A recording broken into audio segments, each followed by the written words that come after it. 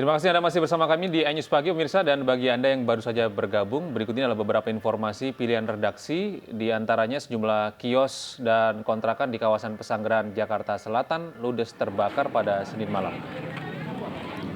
Kebakaran menimpa kios penjual nasi goreng dan kios makanan burung di Jalan Manunggal 5, Kelurahan Petukangan Utara, Kecamatan Pesanggerahan, Jakarta Selatan pada Senin malam. Selain kedua kios, kobaran api dengan cepat merambat ke 2 unit kontrakan yang ada di sekitar. 18 unit mobil pemadam dikerahkan untuk memadamkan api. Tidak ada korban jiwa dalam kejadian ini, namun seorang balita berusia 1,5 tahun terluka bakar dan langsung dibawa ke rumah sakit. Dugaan sementara penyebab kebakaran akibat terjadi kebocoran tabung gas. Yang terbakar ada 2 kios ya, sama belakang itu imbasnya dapat 2 kontrakan ya, terus rumah liar 1. Dugaan sementara dari kebocoran gas dari dari tukang nasi goreng. Sambil membawa berbagai senjata tajam, puluhan remaja diduga gangster motor menyerang permukiman warga di kawasan Pasar Rebo, Jakarta Timur.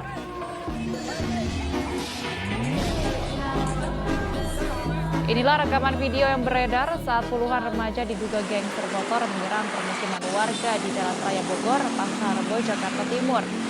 Mereka berkonvoi dengan motor sambil membawa berbagai jenis senjata tajam untuk menakuti warga. Warga yang ketakutan mengaku tidak mengetahui maksud dari aksi penyerangan ini. Tidak ada korban jiwa dalam kejadian ini, namun warga resah dan berharap para petugas memperluas area patroli agar tidak terjadi kejadian serupa. Pedang drama, bawa pedang banyak, pedang panjang banget, sulit lah gitu. Habis itu udah. Itu dia bawa motor juga atau gimana? Motor banyak bang. Bawa motor juga? Kurang lebih mah 50 motor lah. 50 motor. Itu berapa kali bang diserang sama dia? Maksudnya didatengin gitu? Cuma sekali doang sih kak. Hah? Orang bilang pertama dari Gongseng, dia nyari musuh. Gongseng kagak ada. Lalu ke Cibubur, balik sini lagi. Mantan anggota Dewan Wanda Hamidah menyambangi Mabes Polri meminta keadilan atas kasus eksekusi rumahnya di kawasan Menteng, Jakarta Pusat. Saat eksekusi pada Mei 2022, maksud kami, baku hantam mewarnai proses eksekusi rumah keluarga Wanda Hamidah.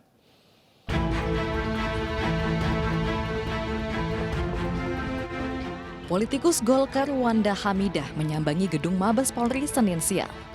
Kedatangan Wanda bertujuan menuntut keadilan kepada polisi atas kasus eksekusi rumah keluarganya yang bersengketa.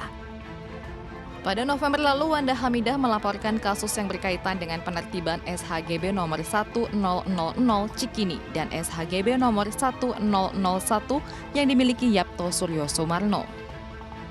Semoga ada jalan keluar yang terbaik, yang sebaik-baiknya dan yang seadil-adilnya.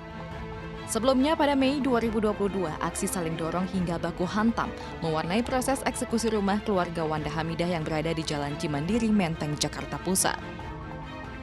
Rumah yang dihuni puluhan tahun oleh keluarga Wanda Hamidah disebut merupakan aset milik Pemprov DKI Jakarta. Sementara itu, para penghuni menilai eksekusi merupakan tindakan sewenang-wenang tanpa proses penyelesaian yang santun. Polres Metro Jakarta Selatan menemukan unsur pidana dalam kasus pembuatan konten video terkait laporan kekerasan dalam rumah tangga yang dilakukan pasangan selebritas Baim Wong dan Paula Verhoeven. Setelah dilakukan gelar perkara, penyidik menaikkan status penanganan kasus ini dari tahap penyelidikan ke tahap penyidikan.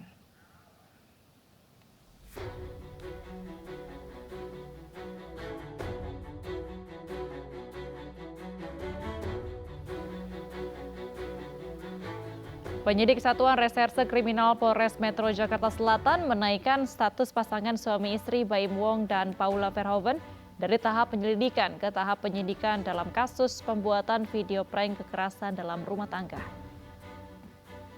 Perubahan status penanganan perkara ini dilakukan setelah penyidik menemukan unsur pidana usai melakukan gelar perkara dan memeriksa sejumlah ahli. Meski demikian, penyidik belum menetapkan Baim Wong dan Paula sebagai tersangka karena penyidik masih membutuhkan keterangan dari beberapa saksi, baik pelapor maupun juga terlapor.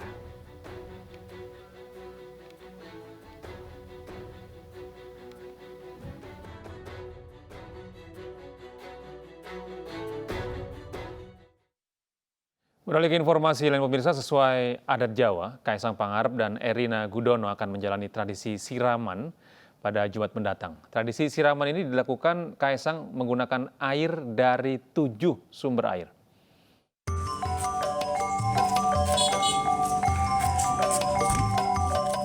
Kedua calon pengantin akan menjalani tradisi siraman di rumah masing-masing.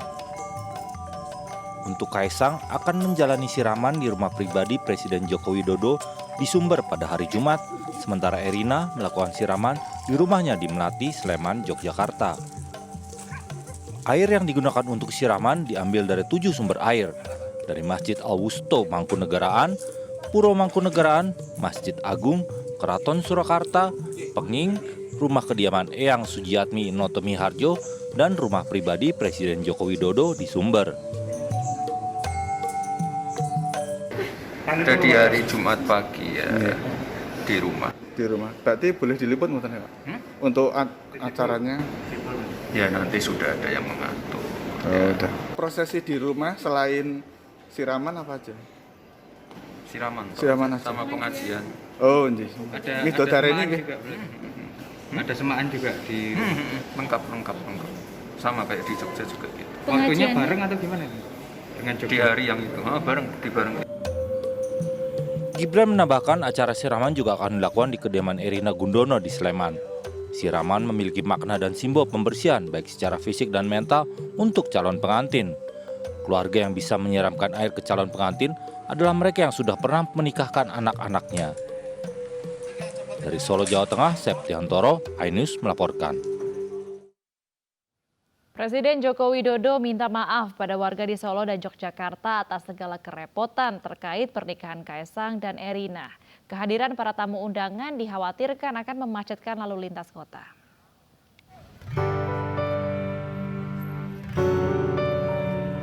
Perhelatan besar berkonsep pesta rakyat akan digelar pada pernikahan putra bungsu Presiden Jokowi, Kaisang Pangarep dengan Erina Gudono, pada tanggal 10 Desember di Yogyakarta dan 11 Desember di kota Solo. Kedua kota ini akan disibukkan dengan kegiatan sakral penuh dengan nuansa Jawa. Kegiatan pernikahan dan ngunduh mantu dengan padatnya kendaraan dan ribuan tamu undangan pun dikhawatirkan akan mengganggu aktivitas masyarakat. Kepada media, Presiden menyadari hal ini tidak dapat dihindarkan. Karena itu, Presiden Jokowi meminta maaf atas nama keluarga kepada masyarakat, terutama warga Yogyakarta dan Solo. Masyarakat, baik yang di Jogja maupun yang di Solo, atas pernikahan Kaisang dan Erina, apabila nantinya di dalam acara tersebut mengganggu perjalanan, mengganggu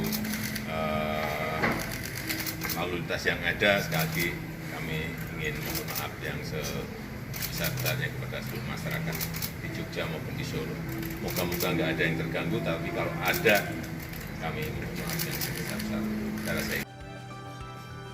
Royal Ambarukmo di Yogyakarta akan menjadi saksi akad nikah. Sementara Pura Mangkunegaran di kota Solo akan menjadi venue tasyakuran ngunduh mantu. Nantinya akan ada sejumlah panggung di mana rakyat dapat menikmati berbagai suguhan.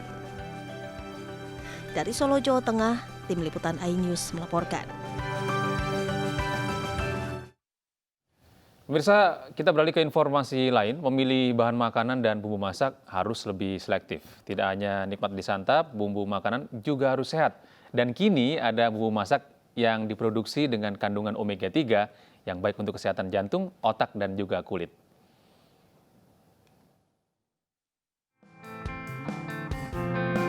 Bertajuk Sasa Yang Siwon, PT Sasa Intim menggelar Intimate Meet and Greet bersama 150 orang fans Siwon Choi di tanah air yang beruntung pada Senin sore. Siwon yang merupakan brand ambasador Sasa Santan menyapa fans yang antusias dengan penuh keakraban. Siwon dan Sasa Santan Instan, produk unggulan PT Sasa Inti ini, mengajak para fans untuk mengkonsumsi makanan sehat dengan memilih bumbu dan bahan makanan yang kaya akan zat baik bagi tubuh. Dalam meet and greet, Siwon bersama PT Sasa Inti memperkenalkan produk Sasa Santan Instan yang merupakan satu-satunya santan instan yang mengandung omega 3 yang penting untuk kesehatan.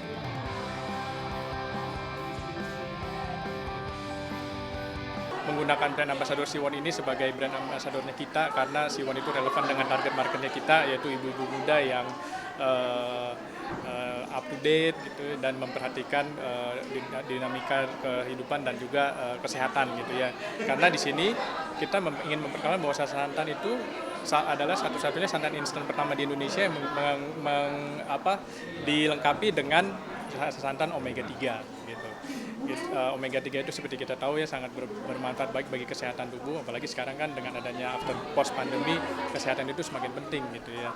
Omega 3 bisa untuk kesehatan jantung, otak, dan juga bagus untuk kulit, dan juga yang terakhir bisa meningkatkan imun tubuh kita. PT Sasa Inti berharap dengan adanya edukasi, masyarakat dapat lebih selektif memilih bahan masakan yang tidak hanya lezat, namun juga sehat. Dari Jakarta, Muhammad Ardi, iNews melaporkan. Acara penutupan Pekan Olahraga Provinsi Banten ke-6 berlangsung meriah di Stadion Benteng Reborn, Tangerang. KONI Banten menetapkan Kota Tangerang ini sebagai juara umum.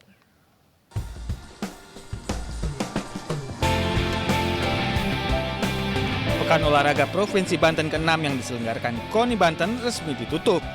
Kota Tangerang selaku tuan rumah menjadi juara umum dalam Porprov 2022.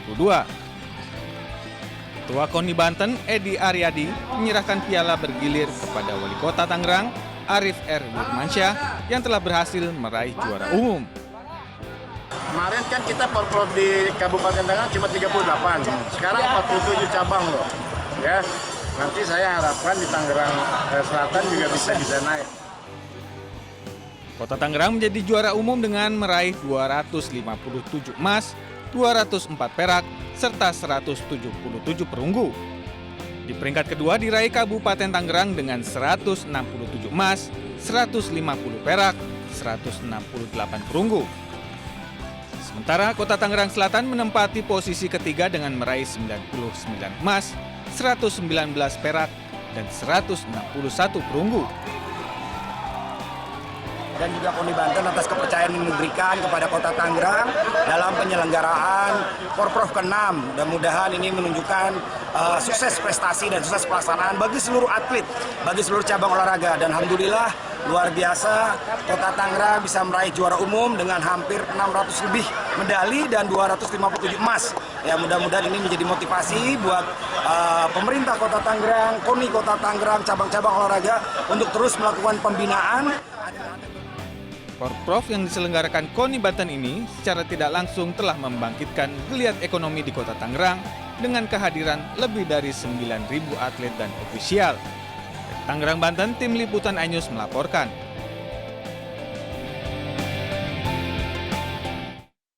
Masih dari dunia olahraga, pemirsa, Indonesia akan menggelar Aqua Bike World Championship Grand Prix Indonesia atau seri kejuaraan jet ski tingkat dunia. Adu cepat motor jet air atau jet ski ini akan dihelat di Danau Waduk Jatiluhur, Purwakarta, Jawa Barat.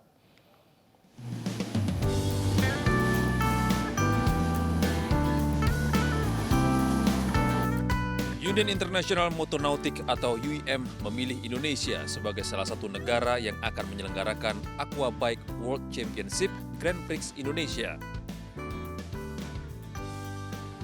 Kejuaraan dunia adu cepat jet ski ini akan dihelat pada 9 hingga 12 Maret 2023 mendatang di Danau Waduk Jatiluhur, Kabupaten Purwakarta, Jawa Barat. Aqua Bike World Championship tersebut merupakan seri pertama yang akan digelar di tanah air. Ini seri pertama. Kejuaraan dunia? Kejuaraan dunia, di Indonesia ya, Grand Prix ya. Grand Prix untuk Indonesia aja apa internasional? Internasional. Setelah di Indonesia kemana Pak? Gimana? Setelah di Indonesia kemana? Di kita 5 kali ya? 10 kali. Tahun 2 kali. Tahun 2 kali ya? Khusus di Indonesia ini 10 kali Pak. Diikuti berapa negara sih Pak? 100 negara terseleksi. Dari 100 negara terseleksi, kemarin ini kita pick 25 negara.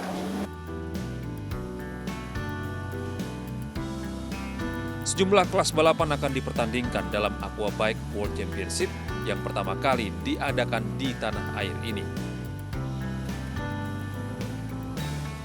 But it is information which is covered by secret by the teams. They don't want to disclose it, but in general, for the runabouts, they have around 400 horsepower. Rencananya, Indonesia akan menjadi tuan rumah Aquabike selama 5 tahun ke depan dengan 10 pertandingan di berbagai tempat yang berbeda di tanah air. Dari Purwakarta, Jawa Barat, Irwan, iNews melaporkan. Dan pemirsa, informasi dari dunia olahraga tadi sekaligus menutup jumpa kita pada pagi hari ini. Mewakili kerabat kerja yang bertugas, saya Bebe Kristami. Ya, dan saya Gede Satria pamit undur diri. Terima kasih atas kebersamaan Anda. Tetap sehat, tetap semangat, dan sampai jumpa.